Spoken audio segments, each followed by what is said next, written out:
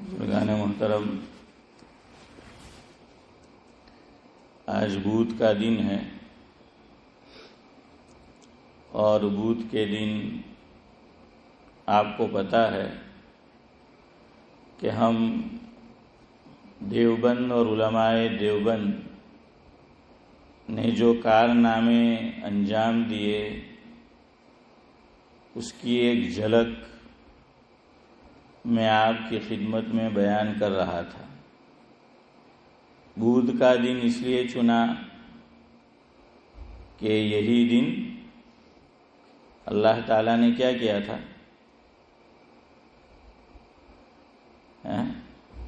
آپ کو شروع سال میں تو بتایا تھا۔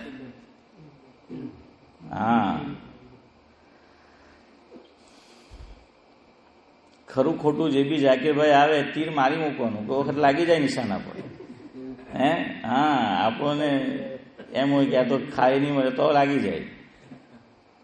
تو بہرحال علم کا دن ہے، نور کا دن ہے، علم ایک نور ہے، اور ہمارے اکابر بدھ ہی کے دن آپ کو بتایا تھا کہ مدارس عربیہ میں کیا کرتے تھے؟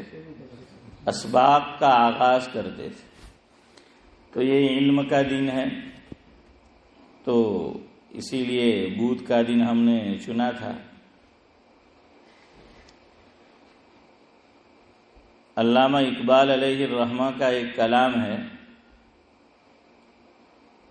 دارالعلوم دیوبند میں ایک استاد ہے حضرت مولانا سلمان بجنوری دامت برکاتہم العالیہ۔ انہوں نے علامہ اقبال کے کلام کا ایک مصرع علماء دیوبند کی جو خدمات ہے اور دارالعلوم دیوبند کی جو خدمات ہے، ایک خاص موقع پر انہوں نے وہ مصرع اسی طرح کی ایک علمی مجلس لگی ہوئی تھی اس میں پڑھ کر سنایا تھا۔ کیوں سنایا تھا وہ بھی انشاءاللہ میں آپ کو سناؤں گا۔ تو علامہ اقبال کے اس کلام کے چند اشعار میں آپ کی خدمت میں پیش کرتا ہوں۔ اس میں وہ شعر بھی آئے گا جو دارالعلوم دیوبند اور اکابر دارالعلوم دیوبند کی جو محنتیں ہیں اس پر فٹ بیٹھتا ہے۔ اگر آپ کو سن کر اندازہ ہو جائے تو بتا دینا کہ مولوی صاحب یہ وہی مصرع ہے، اور آپ نے صحیح بتایا تو انعام جاوید بھائی دیں گے۔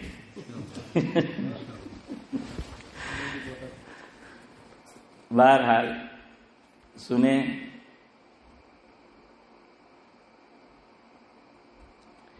نہیں منت کش تاب شنیدن داستاں میری۔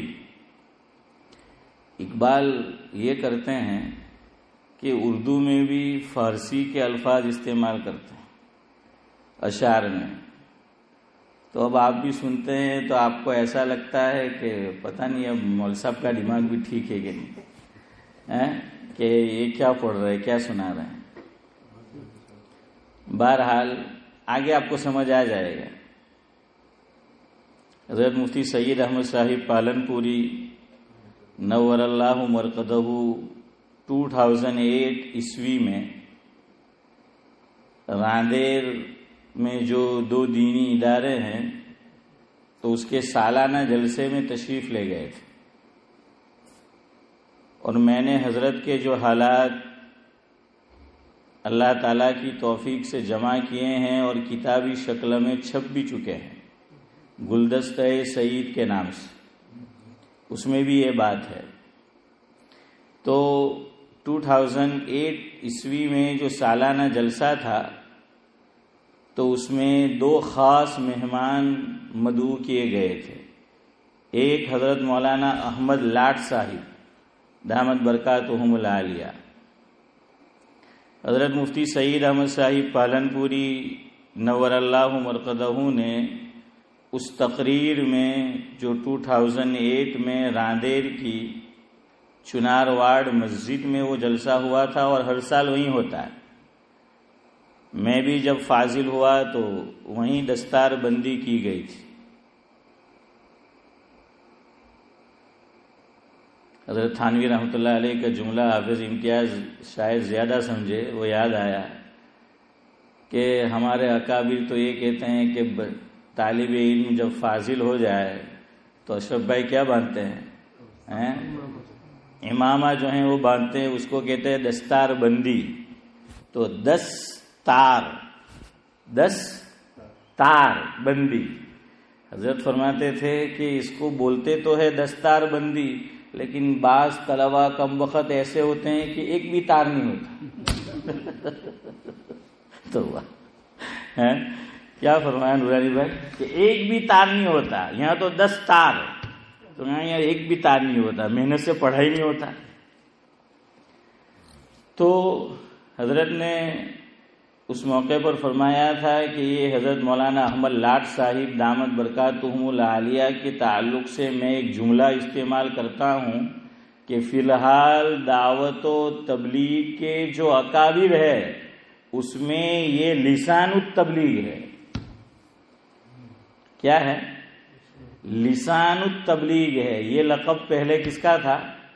حضرت مولانا محمد عمر صاحب پالنپوری رحمۃ اللہ علیہ کا یہ لقب تھا.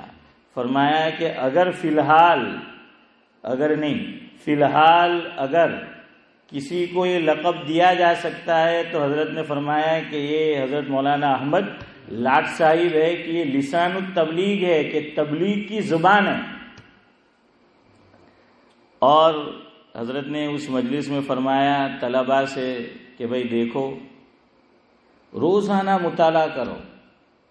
اور اپنے متعلق فرمایا کہ میرے مطالعے کی روزانہ ایوریج 500 صفحے ہے. 500 کہ منیمم روزانہ کا جو میں مطالعہ کرتا ہوں وہ 500 پیجز. اب کل وہ صاحب فرما رہے تھے کہ میرے والد صاحب نے تو ذرا ان کو بولو ٹوٹل مال لے. حضرت کی عمر کم و بیش 75 سال ہوئی ہے. مفتی سید احمد صاحب پالنپوری رحمۃ اللہ علیہ. حضرت فرماتے تھے کہ میں 500 پیج پڑھتا ہوں، اس کا مطلب یہ تھوڑی کہ سب مجھے یاد رہتا ہے. فرمایا پڑھتے رہو، جو سمجھ میں آیا سمجھو، جو نہیں سمجھ میں آیا سمجھو یہ میرے لیے ہے ہی نہیں،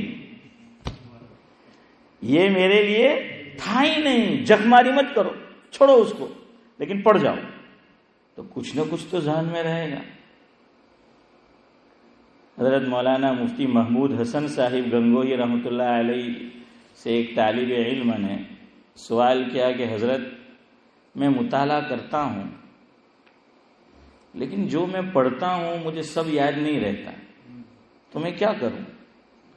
حضرت نے فرمایا کہ بھائی تو جو کھانا کھاتا ہے تو اس کا مقصد ہوتا ہے جسم میں کھانے سے کیا بنے؟ خون بنے. میں اردو میں بیان کروں نا لوگوں جواب گجراتی میں دے بول مادری زبان تو گھر میں پویران تو نہیں ہے. تو بہرحال کیا ہے کہ خون اس سے بنے، لوہی وہ جو ہے اس سے بنے. عارف بھائی تو فرمایا کہ تم جتنا کھاتے ہو سب کا لہو اور خون بنتا ہے یا کچھ فضلے کی شکل میں بھی نکل جاتا ہے؟ فضلہ جانتے ہو نا؟ کہ ٹوائلٹ فضلہ. تو فرمایا سب تھوڑی بنتا ہے. تو یہی حال دماغ کا ہے. جو کچھ پڑھا تم نے پڑھو تو جیسے وہ فضلہ نکل جاتا ہے کچھ حصہ، تو یہاں بھی کچھ باتیں یاد رہے گی اور کچھ باتیں حسن بھائی کیا ہوگی؟ ذہن سے محو ہو جائے گی. اچھا کچھ باتیں ایسی ہوتی ہے، آپ بھی دیکھنا، اس کا تجربہ کرنا. آپ نے سنی برسوں پہلے، آپ کے دماغ میں بھی نہیں، یاد نہیں ہے.